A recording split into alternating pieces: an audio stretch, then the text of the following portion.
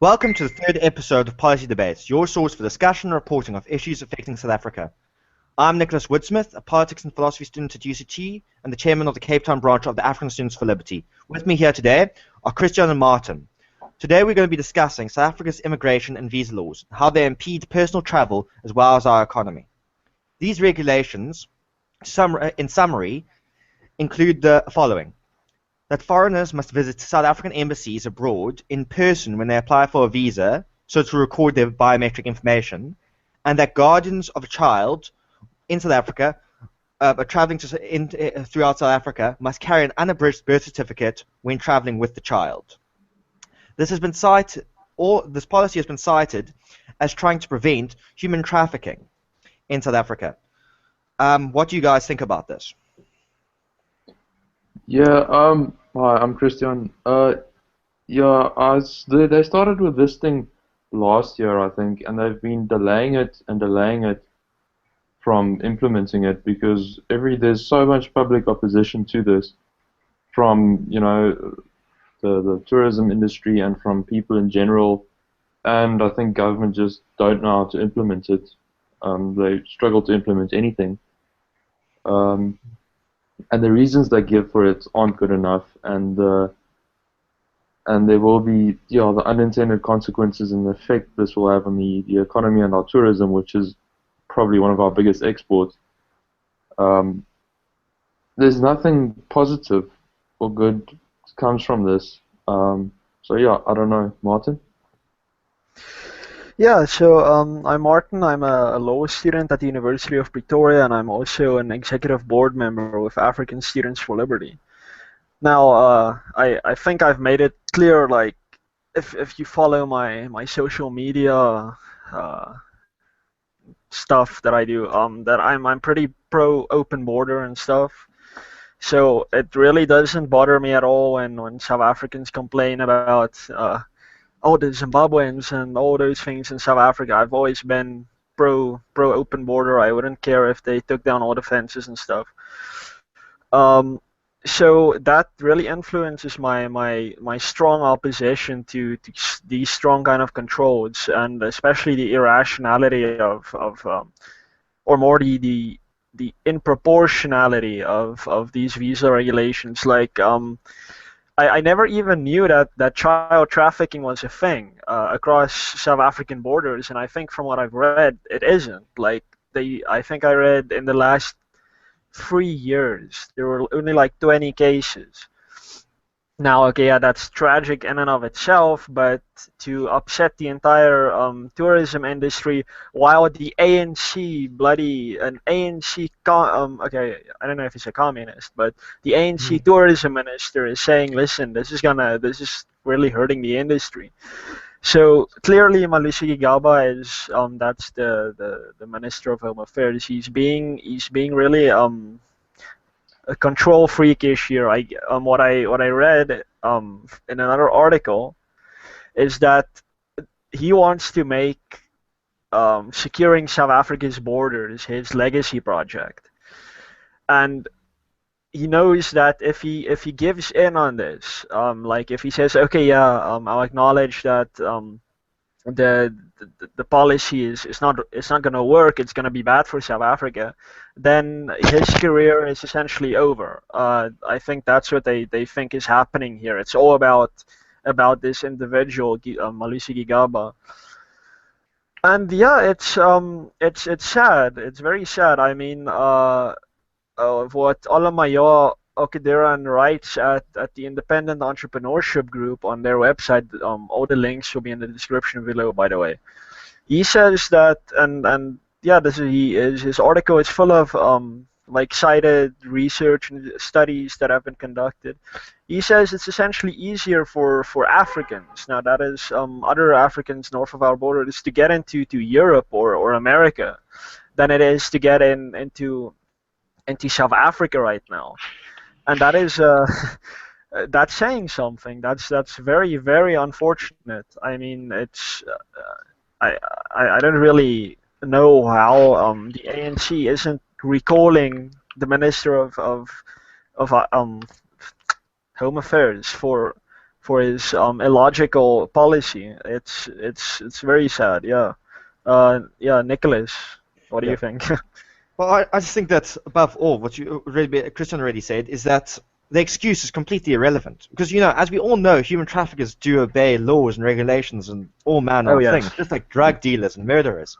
But the biggest thing that is affecting is our, number one, prospective tourists, and another thing, in another part, South Africans trying to travel to other countries. And it goes back to what you said, the open borders. And this is a gross violation of our right to free travel. Well, not free as in communist free, as in like libertarian free.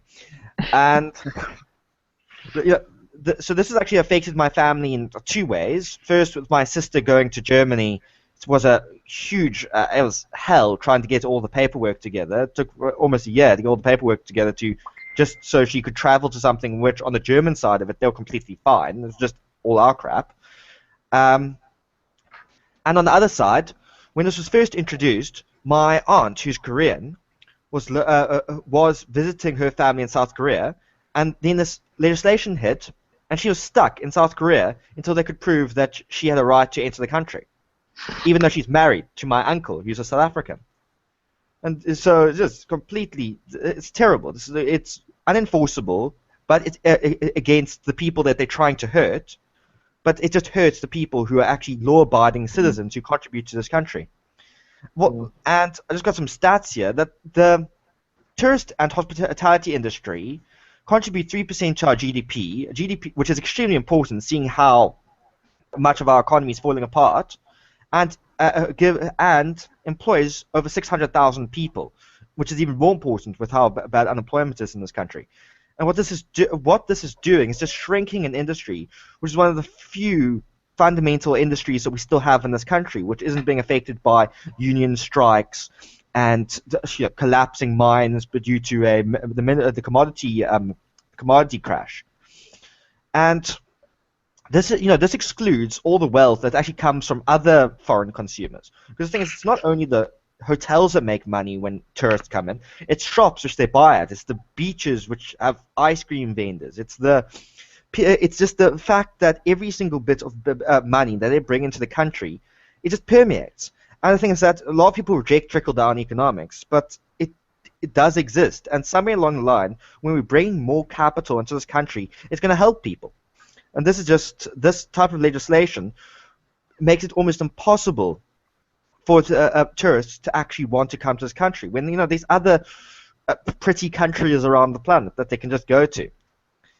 And but as you said, Martin, the minister's just embarrassed. He can't risk losing face. He knows that if he moves away from this policy, he doesn't know. He fears that he's not ever going to be able to come back from it. But the problem is he doesn't realize that he's sinking an entire country with him. What do you think? Well, yeah. Do you want to go to Martin first, or? No, anyone. Whoever wants to reply. Martin mentioned Gigaba's legacy, and I'm like, who cares about Gigaba's legacy? Maybe he cares. He cares, yeah. And that's a sad thing, yeah, what you said. But nobody else cares, and maybe he thinks other people care. I think like 90% of the country doesn't even know who he is. Well, now they do, because he's made a name for himself for all the wrong reasons. But to quote Martin, you sent an article from Ineng here, and just to quote some of the figures, they say we might lose 270,000 tourists, 21,000 jobs a year, and it will cost South Africa almost 10 billion rand a year. Just the loss of income from this, making it more difficult for people to come. And it's tragic, because I mean, it's lots of jobs, and it's a foreign currency that we need. I mean, the rand is crashing at the moment, and we could really do with some dollars and some euros coming into the country. And as you said, it creates a lot of jobs and a lot of well-paying, jobs and so on. And if we want to go to Europe, for example, we have to physically go to also do the biometric stuff to get your visas and so on. And it's almost like we're spiteful in saying, okay, then everyone else is going to have to do the same. Except for we're not Germany or Holland. We don't have the money and the we're not as well organized, and we don't have the infrastructure to kind of allow the thousands and thousands of Europeans who want to come here every summer to do their biometric tests. And so what about a German living in North Germany or somewhere now needs to go down to Berlin or somewhere to get his fingerprints taken at a South African embassy before he can come here? And that's the thing. South Africa, we're in this game, South Africa and international tourism, we're a price taker, we're not a price setter. People don't have to come to South Africa. South Africa is one out of many, many options that people have to go to. And they choose to come here because it's cheap and it's easy to come and there's lots to do and lots to see. And if you make it difficult for them, they're simply just not going to come. Okay, that's fine. Let's go to South America or the US or other parts of Europe instead. So I don't see any benefit to this, and I don't think human trafficking is such a big problem. And even if it is, I mean, the human traffickers will they'll just find a way around it, like they always do, Yeah. So, yeah. Yeah, I mean, do human traffickers even use the bloody border posts? I mean, come on. They show their passports. Yeah, I mean, where's this logic coming from? I mean, if you're smuggling someone out of South Africa into the northern parts of Africa, I mean, only our border with Zimbabwe and the part of Mozambique is really fenced from what I've read. Now, Namibia, our border through the desert, I don't even think it's entirely fenced. Our border with Botswana, I don't even think that is entirely fenced. So I mean, really, if you're gonna smuggle someone in or out, these regulations are not gonna stop you. And yeah, that is this kind of illogical disconnect between the government and what's actually happening on the ground. It's worrying.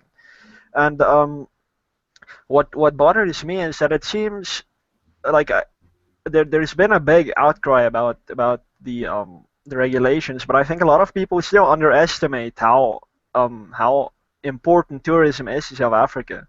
What I read recently is that South Africa in many international rankings, it regularly it tops the lists of the best tourist destinations in the world. I mean, South Africa has everything.